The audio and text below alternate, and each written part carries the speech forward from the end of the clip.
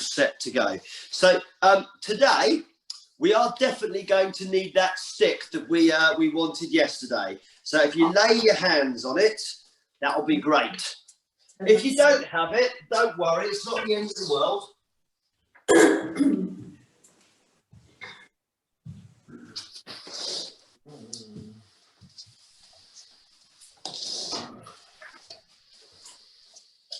Alrighty. Okay, let's just make sure you can all see me and we'll get underway. All right, here we go. So we're going to start down with a couple of simple movements and then we're going to sort of roll into, it's going to be a bit more back orientated today. So hopefully that will suit everybody. So we're going to start off with some very, very gentle hip circles. Just get your hips moving.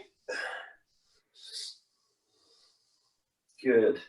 We can do 10 on each side. 5, 6, 7, 8, 9, 10. Then we're going to change directions. 1, 2, 3, 4, 5, 6, 7, 8, 9, 10. Good. Now we're going to have our hands together like so. We're going to come up, down, back. Up, down, back. So chest to the ceiling, chest forward, relax. Ceiling, back. Keep going. Open that chest up. Good. Doing well. Good. Open. There we go. Good. Keep going. Good. Well done. Now I'm going to turn sideways purely for purposes of demonstration, and we're going to steal something from my Pilates class. And we're going to do a Pilates roll down. Now, basically what that means is it's going to look a little something like this, okay? However, there's more detail in the devil. So the first thing is we're going to tuck our chin in first and roll each vertebrae down one at a time, trying to get maximum flexion for each and every one. Hang on. Good morning, Charlie. Okay. The other thing we're going to do is we don't want our backside to move backwards, okay? We want to keep it over our heels. When we get to the bottom and we start to come back up again, oh, more people. Sorry I'm late. That's all right, don't worry. When we get to the bottom, what we're going to do is we're going to draw our belly back into our backbone and we're going to roll our coccyx underneath to start the movement. So here we go, keeping the bum over the heels. And we're going to roll down. Okay, each vertebrae has its say. You're going to feel a bit sluggish this time in the morning because the vertebrae are all slightly, the discs are all slightly engorged. Now, tuck your belly button in, roll your coccyx down first, and the very last thing to come up is the chin. And then we're going to go down again. Bum over heels. Good. And chin down, coccyx tucked under, rolling each one back up again. And again. Good. And belly to your backbone, tuck the coccyx under first. Last one. And down. Tuck your coccyx under. And come back up again. Good. Relax. Bear with me a second. I'm just going to mute everybody, otherwise the camera does funny things. Hang on. Okay. All right. So that's a really, really good stretch. But the problem with that is it's not very biomechanically sound. You don't want to lift like that. So we're now going to do a biomechanically sound exercise to teach us to lift properly. And what it basically means is your back stays nice and flat. Between point A and point B, there's no distance change, but we're going to hinge through our hips, and it's called a hip hinge. So what's going to happen is keep this flat, knees locked, and we're going to push our bum back and forward. So it's the exact opposite of what we've just done, and you'll feel it down the back of the hamstrings. But if you look at my back, it stays flat. Okay, this is how you want to teach yourself to lift. So here we go. 1, 2, 3, 4, 5, 6, 7, 8, 9, 10.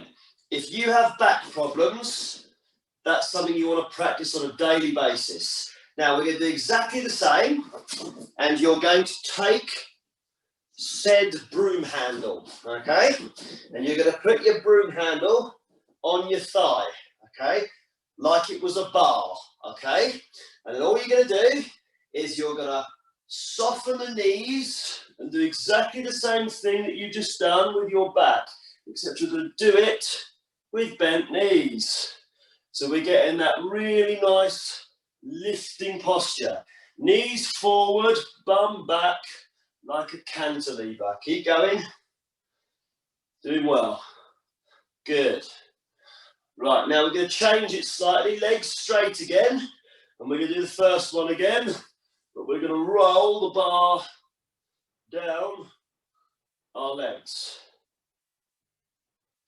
Good. Keep going. You should feel it down the hamstrings. Good. And relax. Shake that all out. Lose your bar for a moment. We're going to come back to that in a minute. Okay. We're going to go down onto the mat. So adjust your screen if you need to. And we're going to do my own version of the classic. It's not really a child's pose, it's a thoracic extension stretch, okay? But to start off with, hands come out in front and sort of move into your classic child's pose. However, what we are trying to do is we are trying to push our chest to the ground and stretch the bit between our shoulder blades. So what happens? We come down and my chest goes down. But then what I want to do is I want to tighten my core and I want to keep my bum up in the air a little bit. Relax my arms, and then I want to push my head towards my hands and my bum towards my heels. So I'm separating at both ends, and then push your chest down. Okay? For those of you who have thoracic kyphosis that's excessive, this is especially good for you. So head towards your hands, bum towards your heels, and hold. Keep holding it. Stretch it away. So head away to hands, bum away to heels. Good. Sit up. Just shake that one out a little bit. So it is slightly different from the classic child's pose. The child's pose gets more of your sort of your lats a bit, whereas this is very much thoracic extension. We're going to do that one again. We'll do that one 2 or 3 times because it's so important. So get down, get the distance right. Okay, tighten your core, keep your bum in the air, head towards your hands, arms relaxed, bum towards your heels. And hold. Chest to the floor. That's it. Head away to hands, bum away to heels. Keep stretching. Keep going. Keep your core tight a little bit. And relax. And we're going to do one more of those. Okay, is everybody okay? Good. Ready? Last one. Here we go. So, bum to heels, head to hands, chest down. And you should feel that right between the shoulder blades. Keep holding it, keep holding it.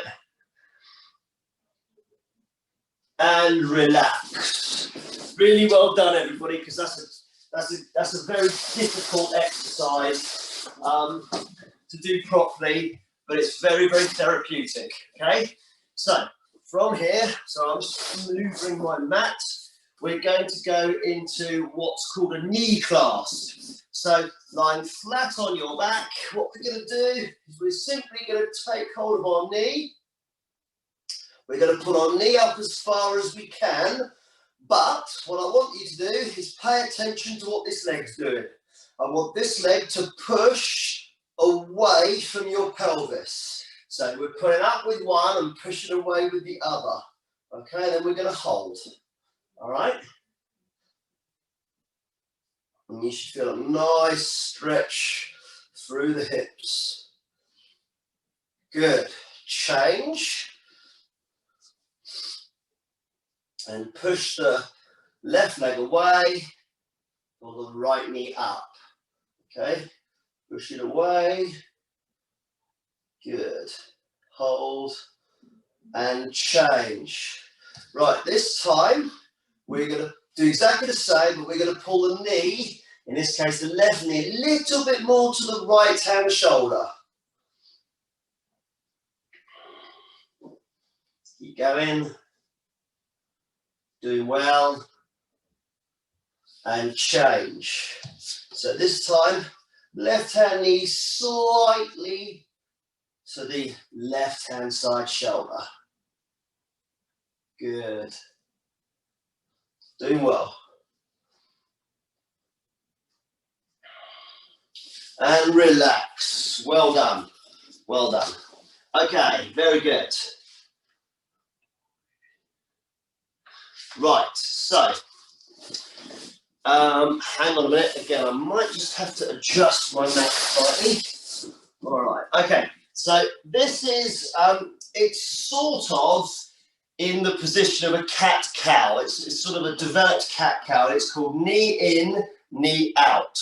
It's a very old-fashioned exercise. Don't think about your core when you're doing this because it's purely for range of movement. And what happens is we're bringing knee in to chin, and then we extend both away, okay?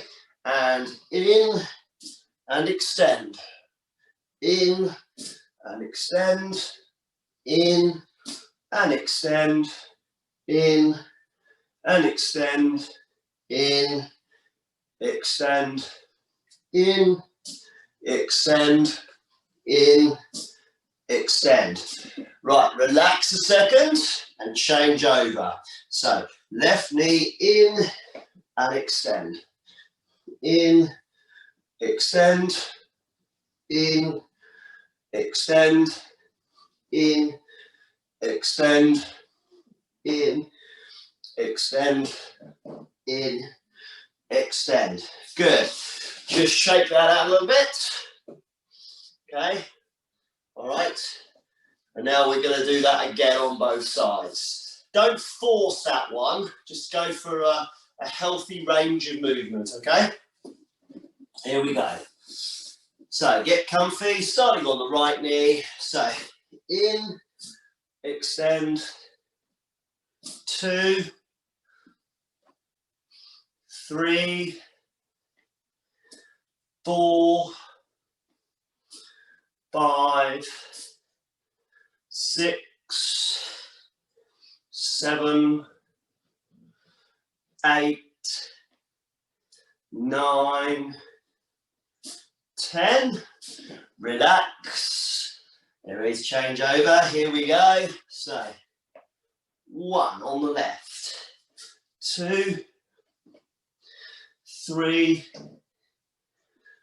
4, 5, 6, 7, 8, 9, 10. Good.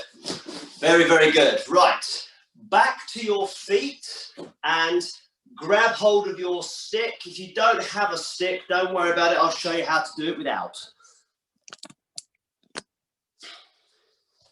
So this is, hold on.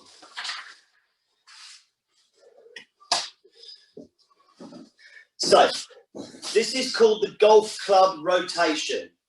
So you put your golf club behind your back and you sort of hook it in both elbows like so. Charlie, if you haven't got a golf club, which you probably don't at hand, oh look, perfect, look at that. Well, if anybody doesn't have a golf club, what you simply do is simply put your hands behind your back like so, and it works nearly as well, okay? So, like so, okay. Now what we're going to do is we're going to take the right shoulder down like so. Now, notice a couple of things. My left shoulder down. My right knee is slightly bent, okay? My right, I'll start that again. My left knee is slightly bent. My right leg is extended, and that's crucial. And I've turned my left shoulder down towards my right foot, and I've dipped slightly forward, okay? And you should feel that in the small of your back. And then we're going to change to go the other way. It doesn't work if you don't lock the contralateral leg, okay? And change. Relax into it. And change. Good.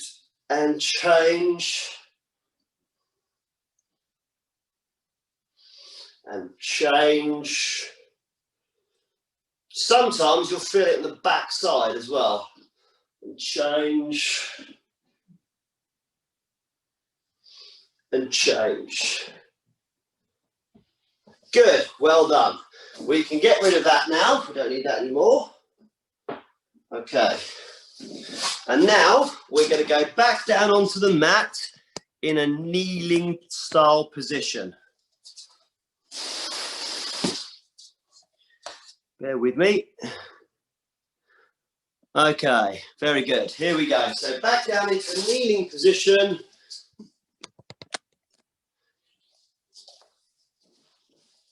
Now, some people, me included, find this one really, really hard to do well. So it's a thoracic rotation. So we're going to fold our arms at the front. And what's really important is that we keep a square position with your arms and your chest.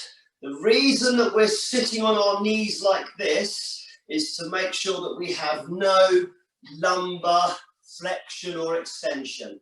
And what we're going to do is simply rotate as far as we can. Now, if you see in my case, that's quite limited motion. Some of you will be able to get much further, okay? Good. Change. Change. Change. 5, 6, 7, 8, 9, 10. Then we're just going to stretch over, relax for a second, stretch over.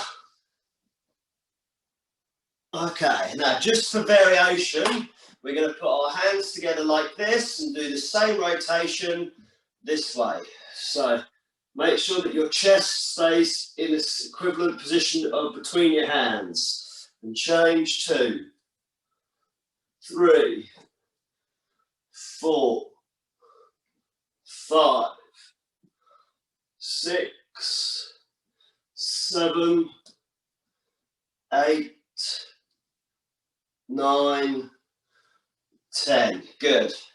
And over we come, stretch and hold.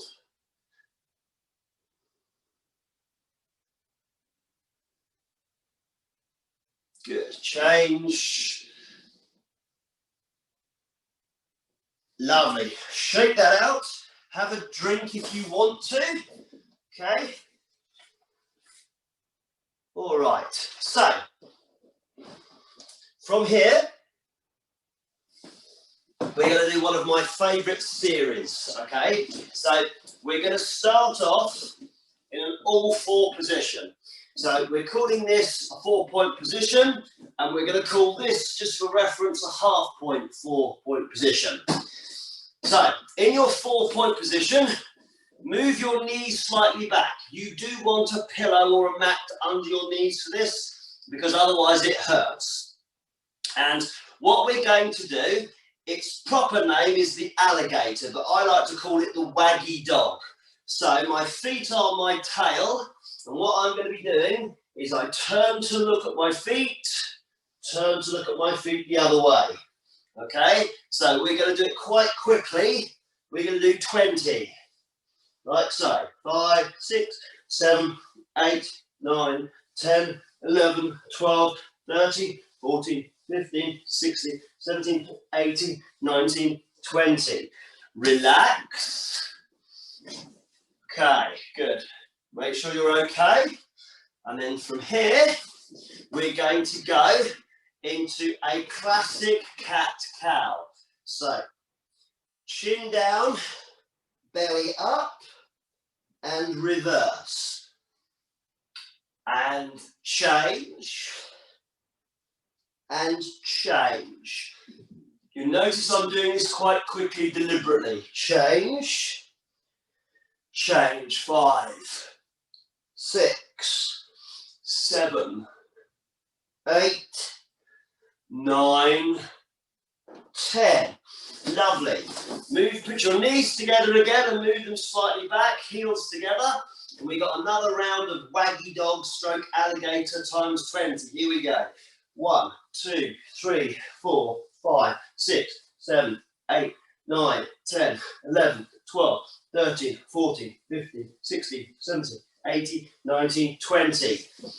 Knees forward, back into a 4-point cat-cow. Again, I'm doing them quite quickly, deliberately, okay? So, 1, 2, 3, 4, 5, keep going, 6, 7, 8, 9, 10. Well done. Good. Okay, now we're going to move around for a second. Good. All right. So, exactly the same principle now, except we're going to make it harder.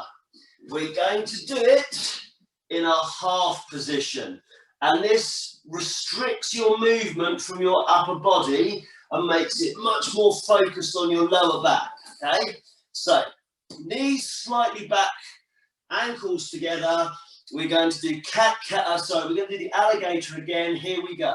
So, 1, 2, 3, 4, 5, 6, 7, 8, 9, 10, 11, 12, 13, 14, 15, 16, 17, 18, 19, 20. Same position, but bring your knees in slightly, and very much more limited range of movement here.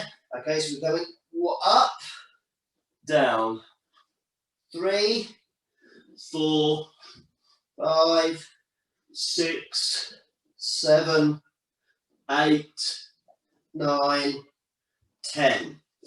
Knees back again. Okay, ankles together, and here we go. 1, 2, 3, 4, 5, 6, 7, 8, 9, 10, 11, 12, 13, 14, 15, 16, 17, 18, 19, 20. Knees in. Okay, and we're going to come up, down. 3, 4, 5, 6, 7, 8, 9, 10. Good. Well done, everybody. Shake that one out. Roll over so you're flat on your back. If nothing else, we should have done a lovely job of exfoliating our knees. So, we're going to do a classic modified hurdler, okay? So, this stretch, some people have very tight hamstrings, so I would emphasize, don't force this one, simply relax into it. We talked yesterday about how you've got to try and keep your back flat. This is one of those occasions where some people could do a perfectly flat back because their hamstrings are so loose, and others of us really struggle. Just do your best and protect your back by sucking your belly button towards your backbone. So make sure that your big toe on this foot is pointing to the ceiling. Hold on to this knee gently, and all we're going to do is go forward like so. Try and keep the front leg locked and hold. Good. Very nice. It will gradually go a bit further, okay? So gently just pull a little bit further each time. Good, and hold, keep holding.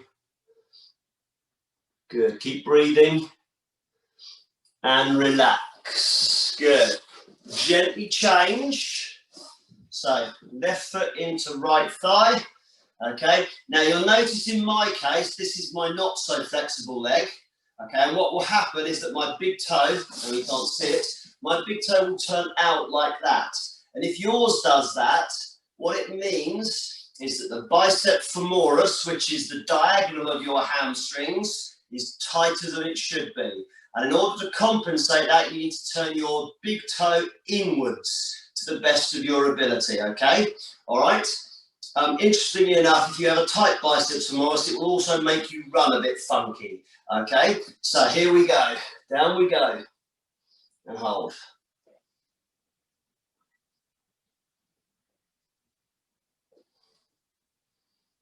Good. Keep breathing.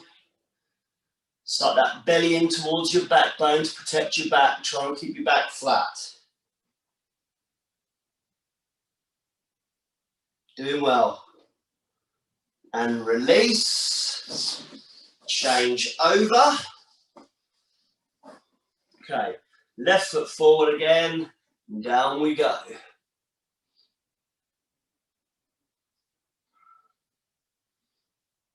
Good. Doing well. And release. And change. And on the right hand side. Good. Good. Well done. Now, to finish, you're going to lie flat on your back. Okay? And I think anybody who suffers with back pain ought to do this. There's a study relatively recently done at Oxford University that showed that this helps rehydrate discs. And all you're going to do is you're going to pull your knees into your chest. And then what we're going to do is we're effectively going to push our knees away, but hold them there with our arms. So we go push, relax, pull up a bit higher, push, relax, push, relax, push, relax, roll side to side, yeah, and then forward and back a little bit, and then round in a little circle, good, and relax. Well done, everybody. Let's get you to your feet. And we are done for this morning. Well done, everybody.